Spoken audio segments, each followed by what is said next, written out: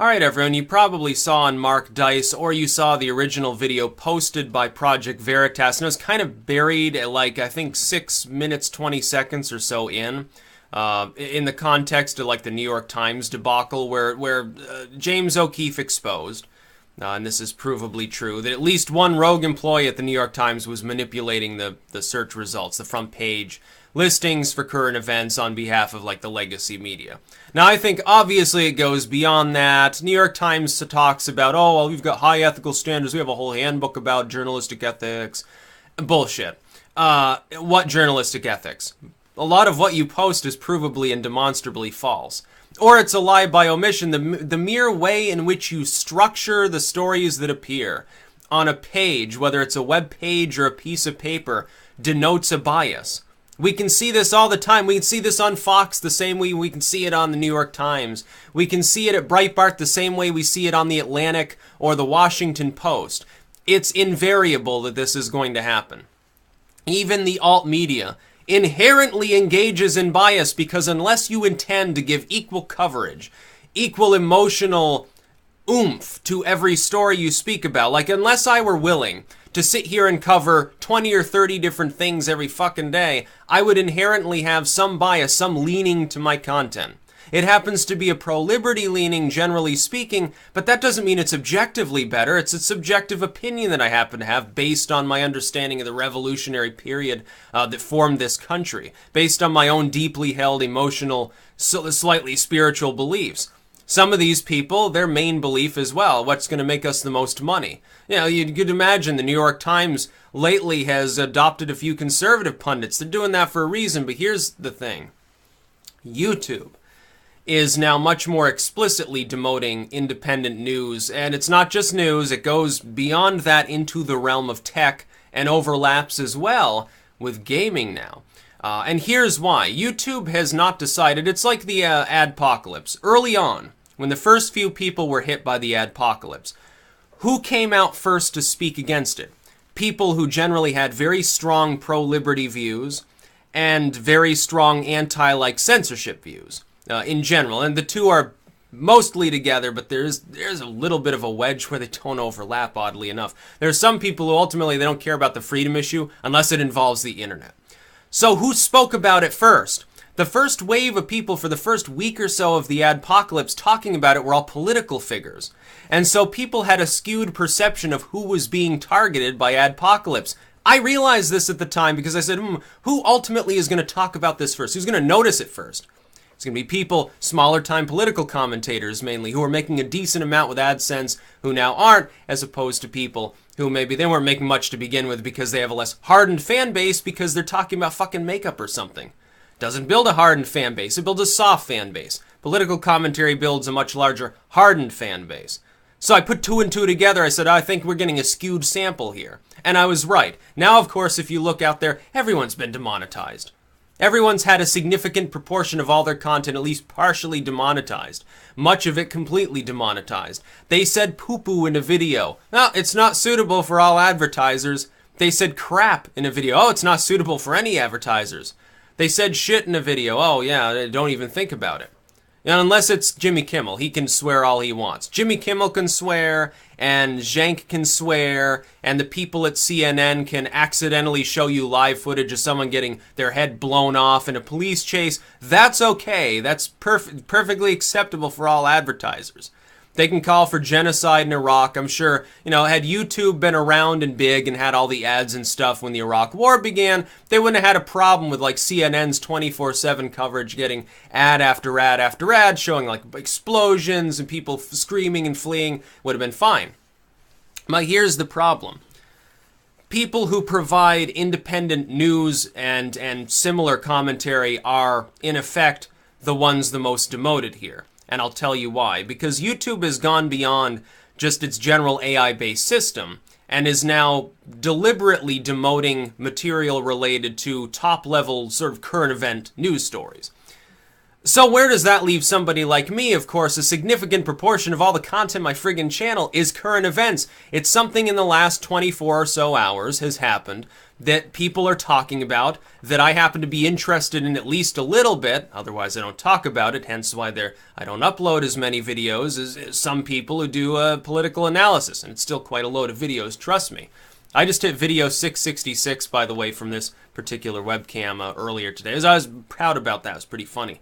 But a lot of the stuff I cover is current events, which means that I'm competing with people who are being deliberately like stickied to the front page because they happen to be legitimate outlets. And that's the term that YouTube's like diversity or something person there was saying on that tape. They were saying, oh yeah, we're concerned, we want legitimate news on the front page. Legitimate? Oh, really? All those journalists, you mean like CNN? The same CNN that told its viewing audience it's illegal to read WikiLeaks, that was a crime. The same MSNBC that said, oh, people should just believe what we tell them to believe, they shouldn't think for themselves. Fox News, oh, I'm sure that the average person who has no problem with the other sites that are being sticky there, oh, they do have a problem with Fox News being on there. Or Breitbart, maybe. Breitbart might be on that list. The Blaze. Yeah, Glenn Beck, real legitimate news source. No, a lot of these, some of these groups have been revealed over the last year as explicitly taking bribes from political campaigns. How in hell are they legitimate outlets when it comes to current events? If they overlap at all with politics, they're certainly not. They're intrinsically going to have a bias. And by the way, how would YouTube specifically know that an independent commentator who had risen up through the ranks to some higher degree, how do you know that that individual is not potentially independent enough to be unbiased, that they are legitimate, that they fact-check, that they care about some degree of journalistic standards for the new era of tech-based media? Of course they do. Of course they care. I've met some people, and I've spoken with them that do like commentary, say, oh yeah, there are a lot of stories I skip because ultimately I'm not going to bother covering it if I don't know all the details.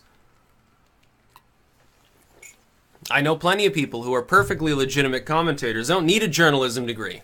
You don't need to go to school and get a piece of paper to know what you're doing when you're just analyzing anyway. And by the way, most of the coverage that you see of the current events is opinion. It's not primary reporting. The primary reporting is the news van is sitting there and the helicopter's in the air and they're giving you a few shots of what's happening. Oh, there's a shootout going on.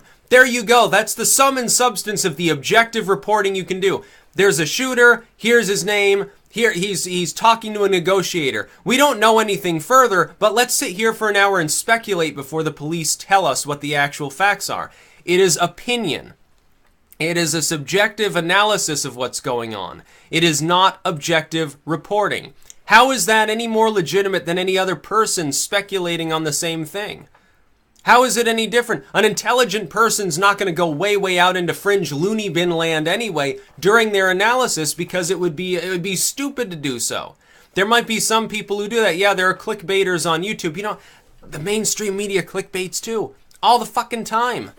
They choose the titles of their videos on YouTube according to what they think is going to bring in more views. Of course, now they don't have to do that. Now they just have YouTube slap it on the front page whether it's worth watching or not. These same sites, by the way, if you look at the view count on a lot of these big media sites, it's mysterious. They have millions of subscribers, and yet they fail to crack a six-figure threshold on virtually anything that they make. I can get 25, 30,000 people to watch my average video with, not even 200,000 subscribers. Something's a little bit fishy here. It doesn't quite make sense.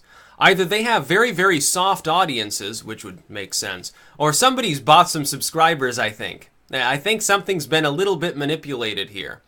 It just seems to make sense to me. I don't think YouTube would do that. I think YouTube's more on the serving out the material end. That's where the manipulation happens. Is YouTube going to look into whether all those subscribers are real people? Because I notice once in a while YouTube purges like the bots and the inactives and stuff and banned accounts from your subscriber rolls. Like that's happened to me over and over again. Like, you'll notice a couple hundred subscribers went missing. That's because some of the fake accounts are being deleted, by the way. It's not a form of censorship. It's just a way to keep the site cleaner. Clean-ish, I should say. Like spam accounts, they get removed because some people find that funny. Are you going to do that? Like, do you do that to the New York Times or to CNN or Fox or any of these other groups? They would have the most vested interest in trying to outcompete people by doing that sort of shoddy shit anyway.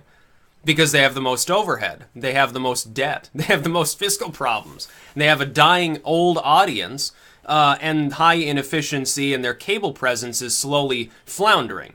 Their newsprint presence is generally floundering. So where are they turning? They're turning to YouTube and other online venues. Might want to have a look at that. Might want to, Google should just stab them in the back, expose them, say, yeah, they buy fake accounts, and they do shoddy stuff, so we're kicking them all off. We're stripping them of their ability to even be on our platform. That includes their fucking pundits. You can, Jake Tapper can go away. Tucker Carlson can go away. Screw you, Glenn Beck. You're not having an account here anymore. Facebook should do the same. The big tech firms, if they got together and they kicked all the detritus off, the parasite legacy media class, it'd be so funny. That'd be great. All of us would be cheering. Pretty soon there'd be more people using these sites. They'd be way, way better. We don't need their kind of filth here. They're inefficient. They don't know what they're doing. Most of these people can barely send a tweet without embarrassing themselves. You want to talk about, Trump put his foot in his mouth on Twitter. What do you think pundits do all the time? They're constantly having problems. It's like a freak show. So yeah, YouTube is explicitly demoting, like the independent content that I make is explicitly being demoted, not because YouTube is directly going to the content and saying, well, bad sticks, we're putting you down the list. No, they are simply elevating others above the list, thus bumping me down by default because I can't crack the top of the list. There have been a couple times when I was on trending on YouTube, both within, I think, like a few categories and on the main page. That happened once. I think that was right in the wake of Sargon messaging me, mentioning me, which is pretty funny. But no more. Like if you're an independent commentator, you'd have to go, head over heels. You'd have to plan for days in order to get a single video probably to trend it all. And even if it does, someone's going to bump it right off the list because they'll say, we can't have this on front page. The advertisers will get angry. It's not user-friendly. Meanwhile, stuff that covers the same material is still on the front page. It's still just as add-on-friendly by YouTube's TOS, its actual standards. It's just that YouTube decides not to apply those standards to all the channels fairly anymore. And that's bullshit. None of those people built YouTube. The Blaze was not an early YouTube arrival.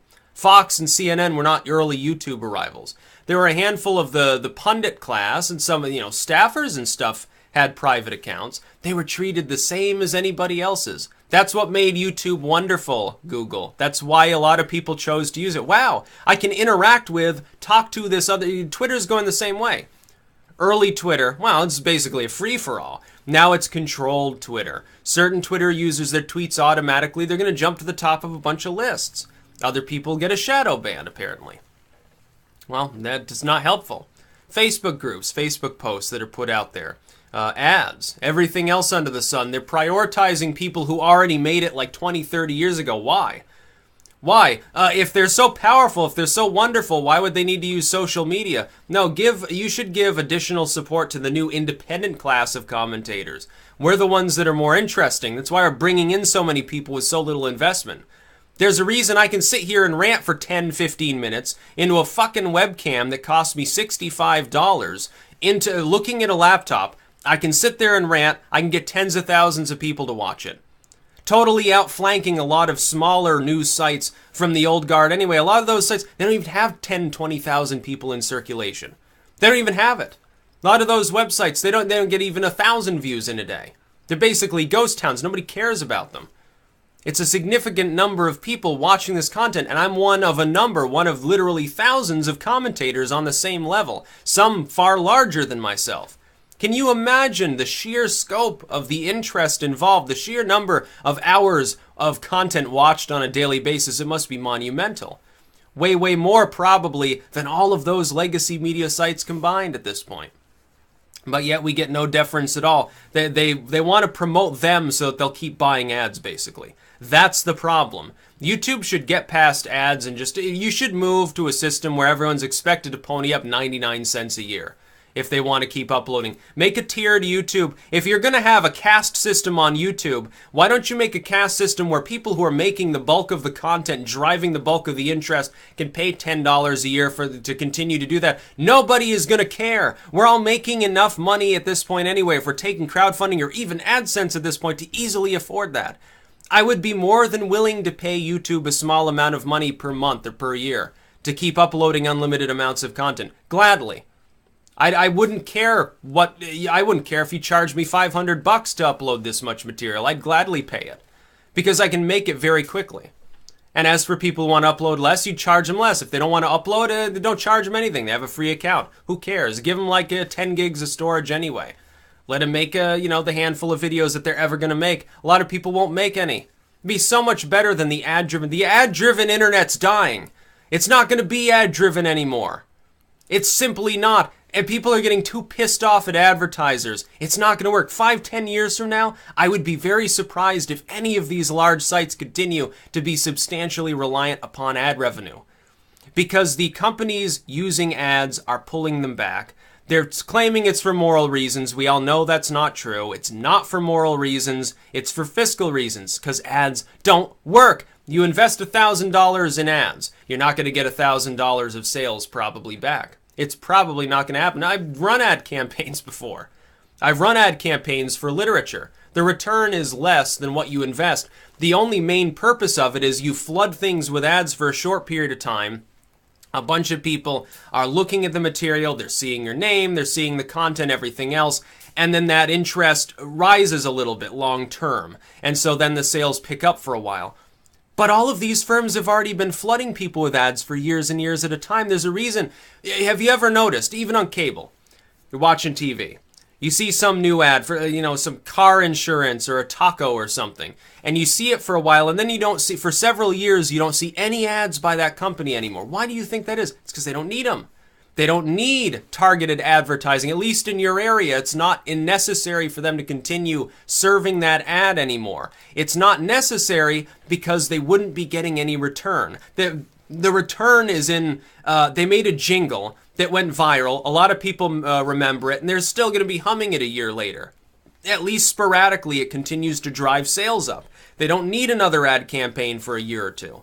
The more powerful it is, the longer they can go without it. That's the fundamental principle of advertising that a lot of people here aren't understanding. If I put out an ad campaign online, it would be a long time before I would bother with another ad campaign. It'd be pointless. I've already saturated. The number of people who could possibly be interested in whatever the fuck I'm selling has already seen my fucking ad. What's the point? It'd be pointless. So YouTube's being wrong again. It's explicitly demoting my kind of content more than anybody else's. Tech, though, it overlaps with enough, so tech is going to get hammered. Somebody like Cullen, Computing Forever. A lot of these people who primarily they cover like gaming, reviews, and tech and stuff. They kind of go into the political. They're not fans of censorship. They might cover a current event that has something to do with it. It overlaps with tech or something. Well, so are the legacy media sites.